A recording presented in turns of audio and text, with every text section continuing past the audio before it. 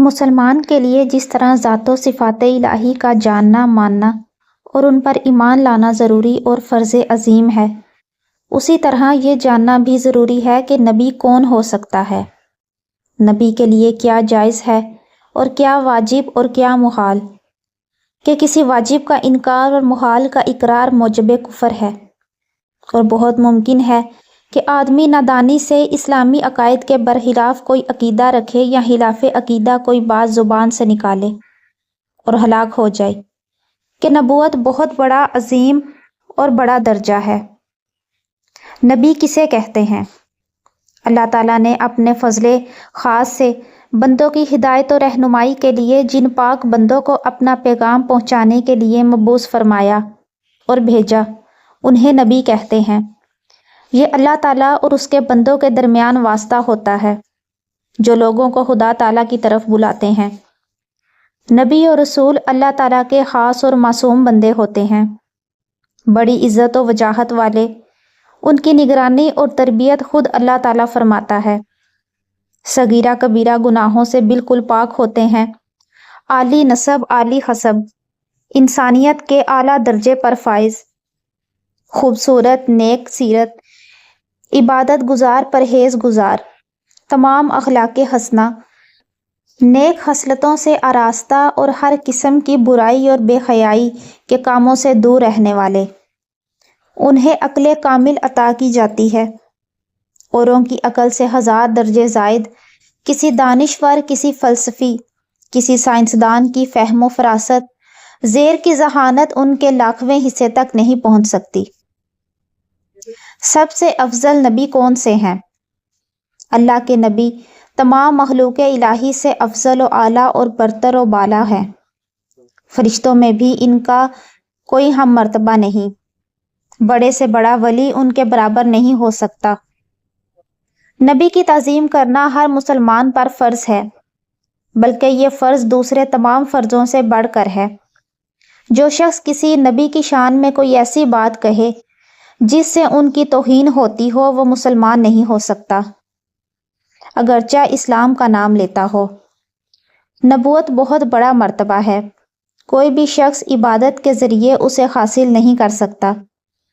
نبوت خدا تعالیٰ کا عطیہ ہے، جسے چاہتا ہے اپنے فضل سے دیتا ہے، ہاں دیتا اسی کو ہے جسے اس کے قابل بناتا ہے۔ انبیاء کرام علیہم السلام غیب کی باتوں کا خود بھی علم رکھتے ہیں اور دوسروں کو بھی ان کی خبر دیتے ہیں۔ حساب کتاب، جنت دوزخ، ثواب عذاب، حشر نشر اور فرشتے وغیرہ غیب نہیں تو اور کیا ہیں؟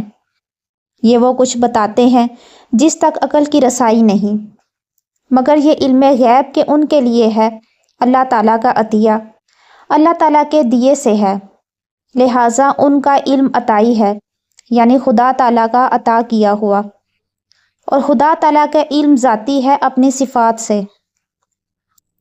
اللہ تعالیٰ انبیاء کرام کو ہر ایسی بات سے دور اور پاک صاف رکھتا ہے جو لوگوں کے لیے نفرت کا باعث ہو۔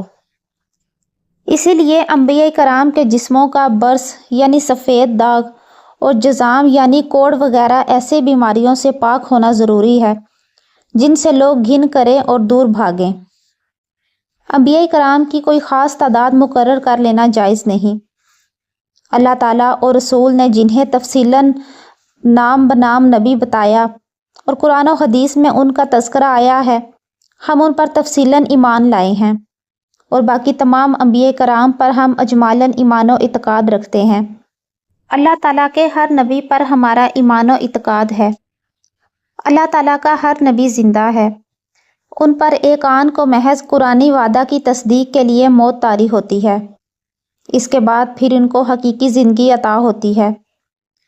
اللہ تعالیٰ نے انبیاء کرام پر بندوں کے لیے جتنے احکام نازل فرمائے، انہوں نے وہ سب بندوں کو پہنچا دیے۔ جو یہ کہے کہ کسی حکم کو کسی نبی نے چھپائے رکھا، یعنی خوف یا کسی اور وجہ سے نہ پہنچایا، تو وہ کافر ہے۔ دنیا میں سب سے پہلے نبی حضرت آدم علیہ السلام تشریف لائے۔ آپ سے پہلے زمین پر انسان کا وجود نہ تھا، سب انسان آپ ہی کی اولاد ہیں، اسی لیے بنی آدم یا آدمی کہلاتے ہیں، یعنی اولاد آدم۔ اور حضرت آدم علیہ السلام کو ابو البشر کہتے ہیں، یعنی سب انسانوں کے باپ۔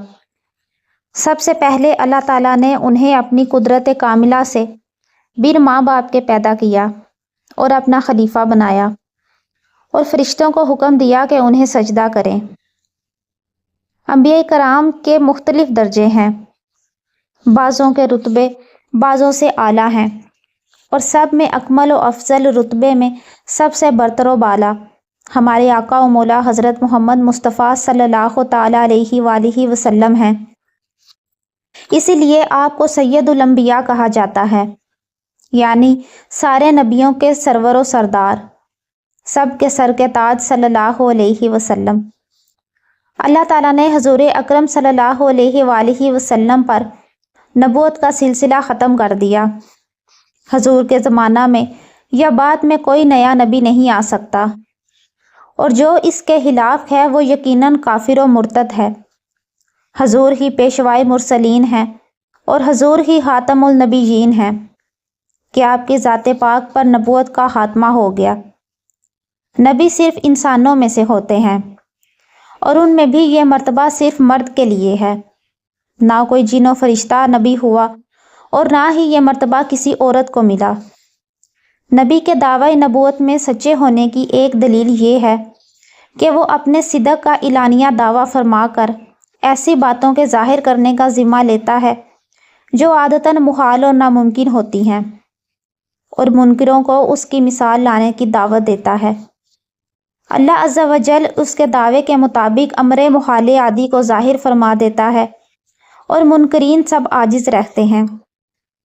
اسی کو معجزہ کہتے ہیں، جیسے حضرت موسیٰ علیہ السلام کا عصا کا سانپ ہو جانا اور حضرت عیسیٰ علیہ السلام کا مردوں کو زندہ کرنا، اندھوں اور کوڑی کو اچھا کر دینا، اور ہمارے حضور نبی کریم صلی اللہ علیہ وآلہ وسلم کے معجزات تو بہت ہیں، جن کے ذکر سے بڑی بڑی کتابیں مالا مال ہیں، جیسا کہ اشارے سے چاند کے 2 ٹکڑے کر دینا، ڈوبے ہوئے سورج کو پھیر لینا، آپ کے حکم سے کنکریوں کا کلمہ پڑھنا، آپ کے حکم سے ہی درخت کا چل کر حاضر خدمت ہو جانا، آپ کی انگلیوں سے پانی کے چشمہ فیض کا جاری ہونا، رات کے تھوڑے سے حصے میں مکہ معظمہ سے بیت المقدس تشریف لے جانا، وہاں انبیاء کرام کی امامت فرمانا، بیت المقدس سے آسمانوں پر تشریف فرما ہونا، اللہ تعالیٰ کا قرب خاص پانا، اور اسی مختصر سے وقت میں واپس مکہ معظمہ آ جانا وغیرہ۔ جو شخص نبی نہ ہو وہ نبوت کا دعویٰ کر کے کوئی محال عادی اپنے دعوے کے مطابق ظاہر نہیں کر سکتا، اور کوئی جھوٹا نبی نبوت کا دعویٰ کر کے ہرگز کوئی معجزہ نہیں دکھا سکتا، ورنہ سچے اور جھوٹے میں فرق نہ رہے گا۔ دراصل جن لوگوں کی طبیعت میں کچھ کجی ہوتی ہے وہ نبوت کی سچائی پر ایک ایسی علامت دیکھنا چاہتے ہیں جو اوروں کے ہاتھوں انجام نہ پا سکے، جیسا کہ بعض بیمار دوا کو بغیر شیرینی ملائے نہیں پی سکتے، اور شفیق و مہربان طبیب اس میں شیرینی ملا دیتے ہیں۔ اسی طرح دونوں جہانوں کا پروردگار نبی کے ہاتھوں ایسی محال و ناممکن باتوں کو ظاہر فرما دیتا ہے جس سے بہت سوں کو تسکین ہو جاتی ہے۔ جھوٹے بھی ایسا کر گزریں تو پھر سچے اور جھوٹے میں کیا امتیاز رہے گا؟ رسول اور نبی میں کیا فرق ہے؟